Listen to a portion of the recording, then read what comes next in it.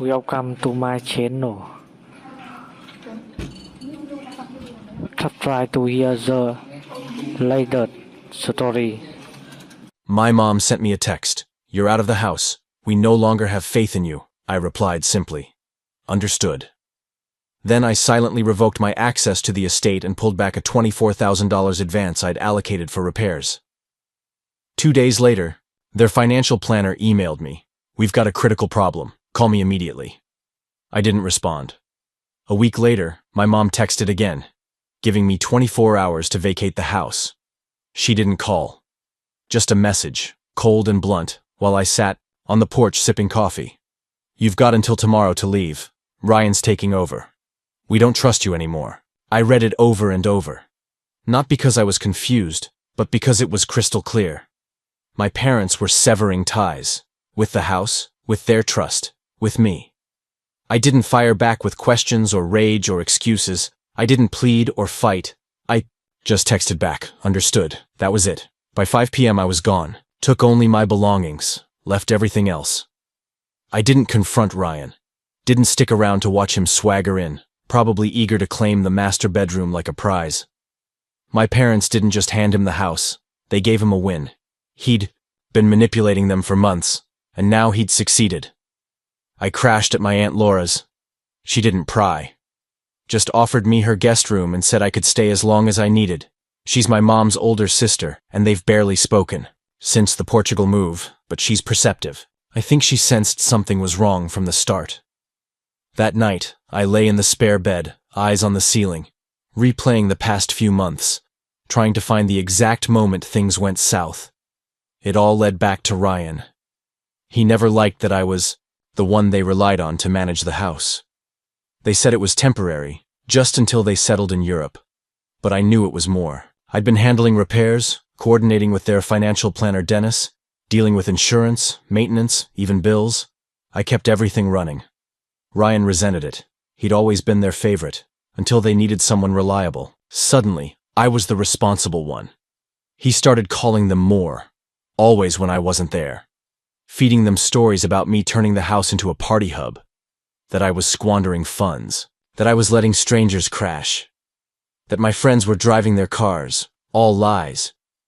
But they were across the ocean, and Ryan knew how to play the innocent card.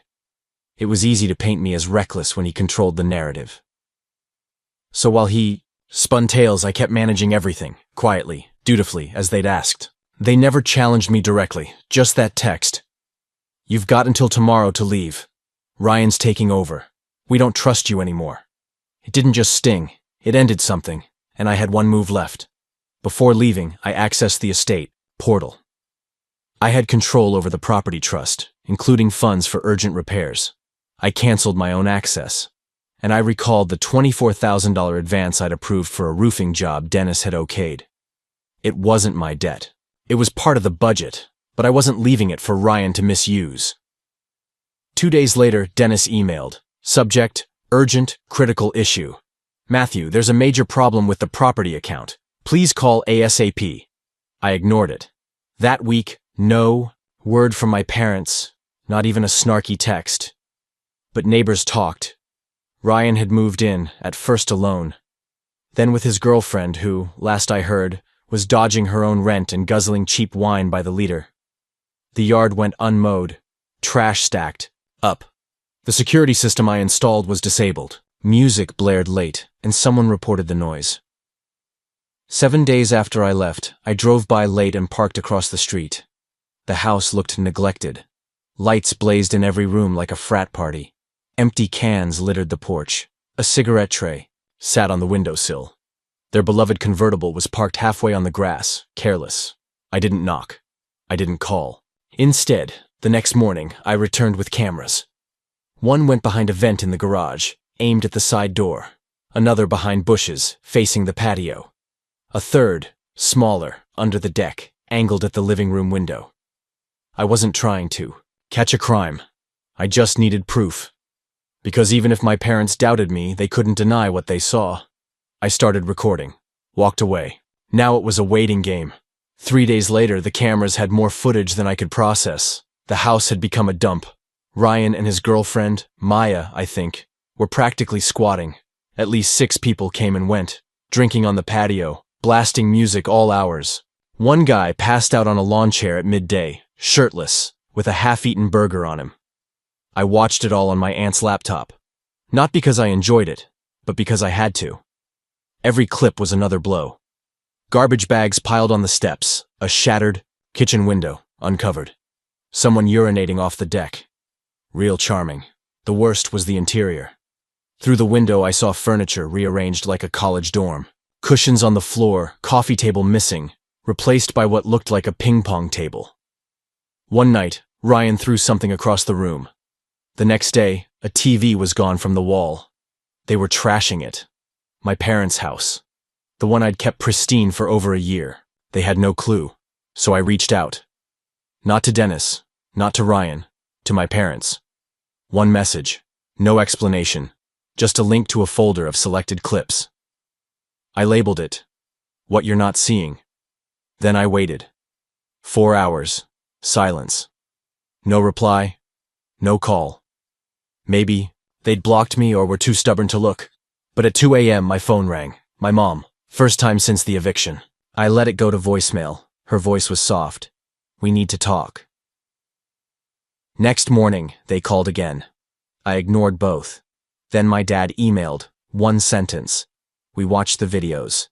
We were wrong. They didn't defend Ryan. They knew. The footage was undeniable." 2 days later, another message.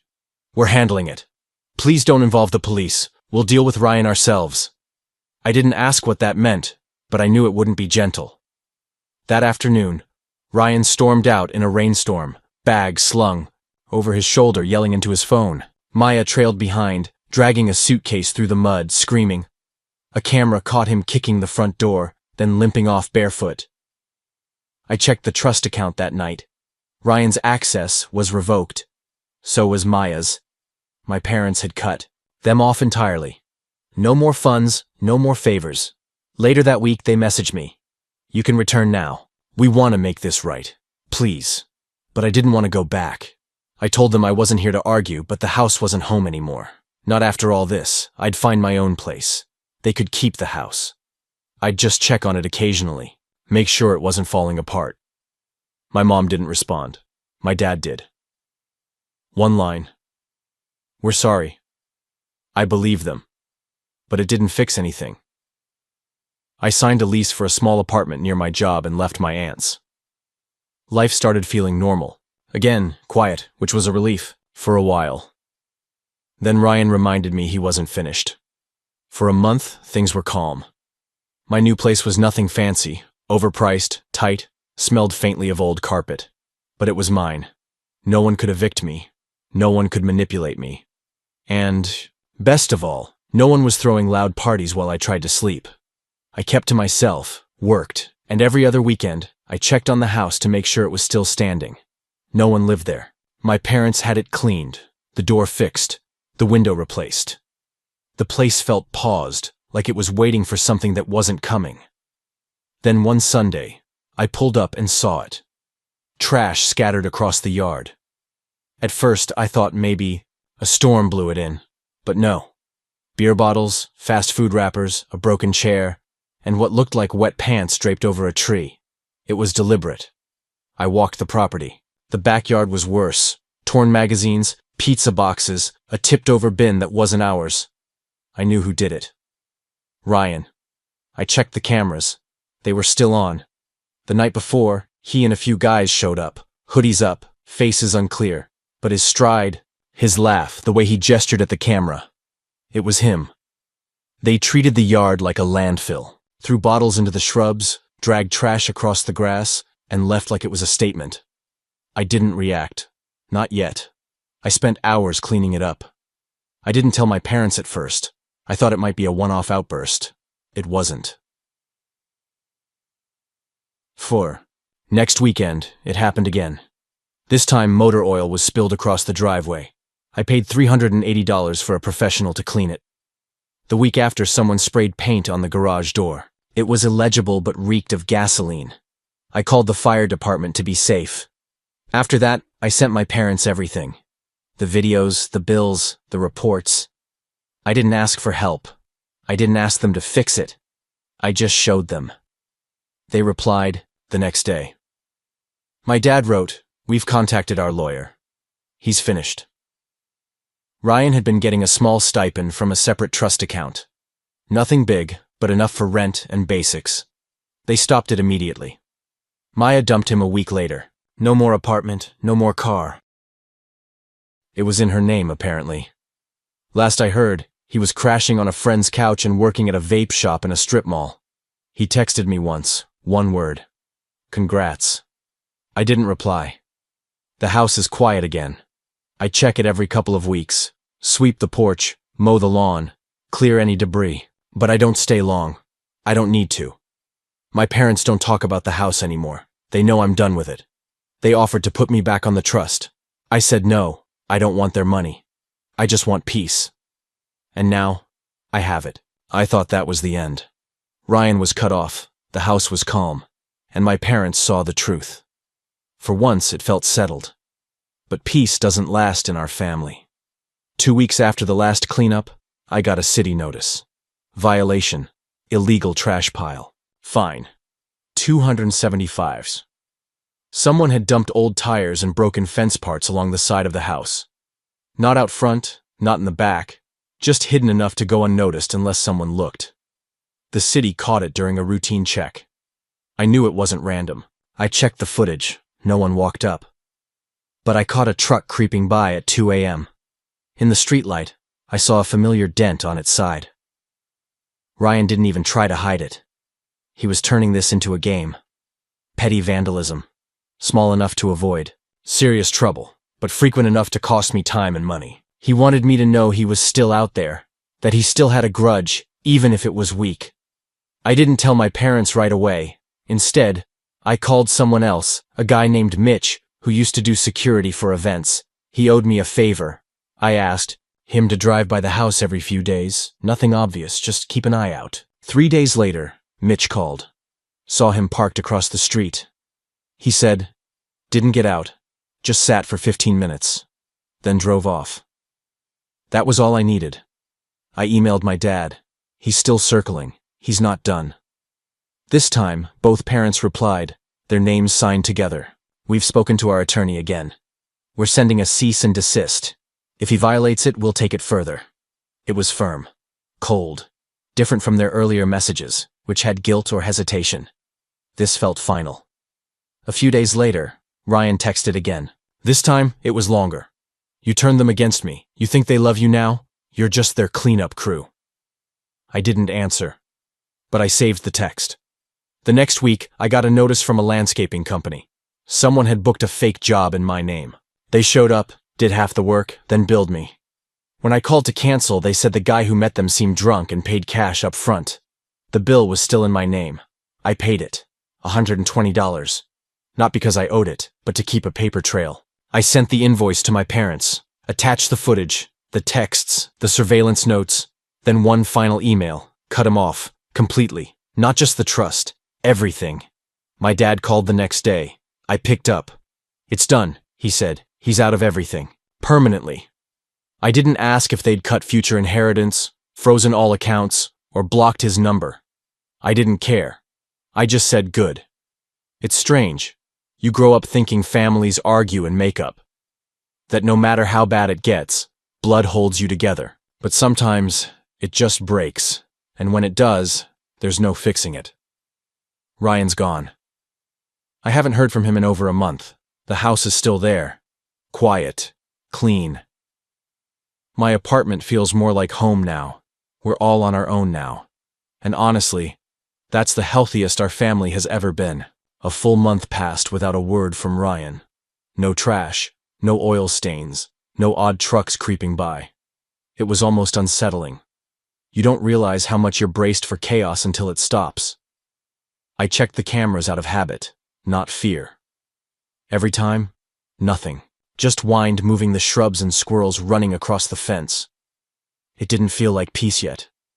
It felt like the quiet before something jumps out. Then Maya called. I didn't recognize the number. It went to voicemail. Her voice was rough, like she'd been crying or smoking heavily. "You won. Just so you know. He's lost everything. He's in some cheap motel off I-80 with 2 guys from work. I'm done. Don't call back." I didn't. I listened once, saved it, and added it to my folder. The footage, the bills, the texts. I had a file on my laptop now called Ryan's Chaos. I didn't need it anymore, but I wasn't ready to delete it. I sent the voicemail to my parents without a message. That night, my dad replied, "Thank you. We've cut all remaining access. It's over." It sounded final. And maybe it was.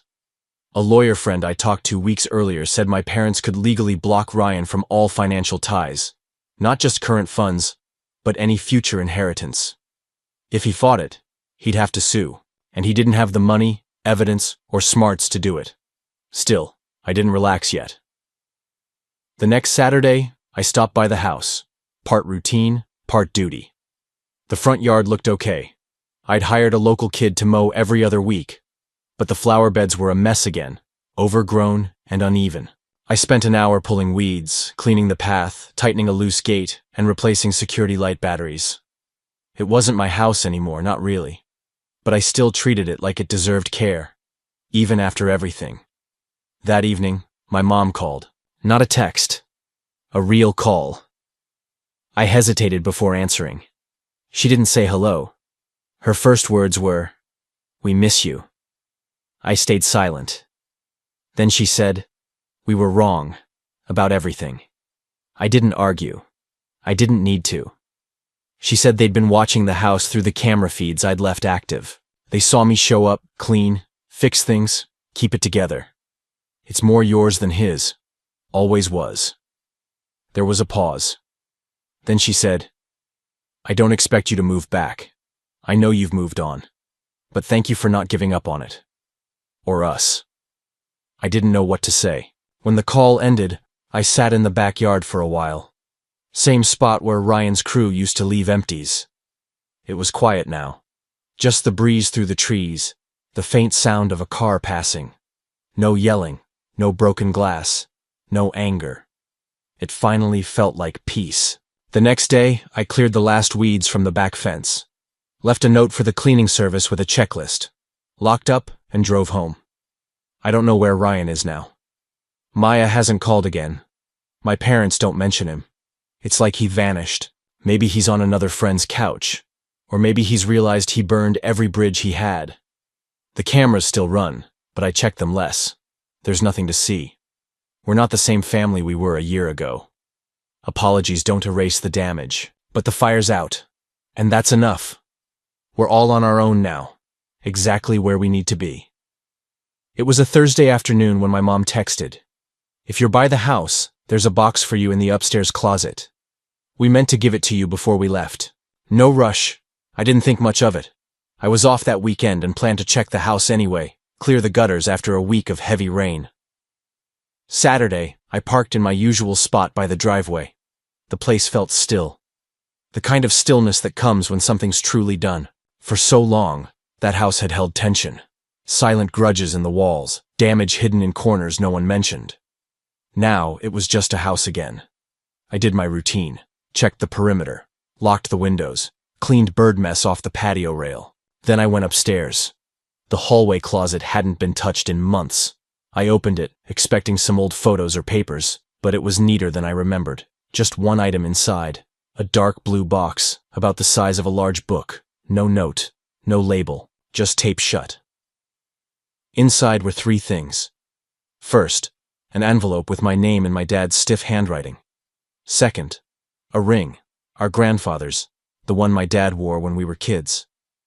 Third, a USB drive.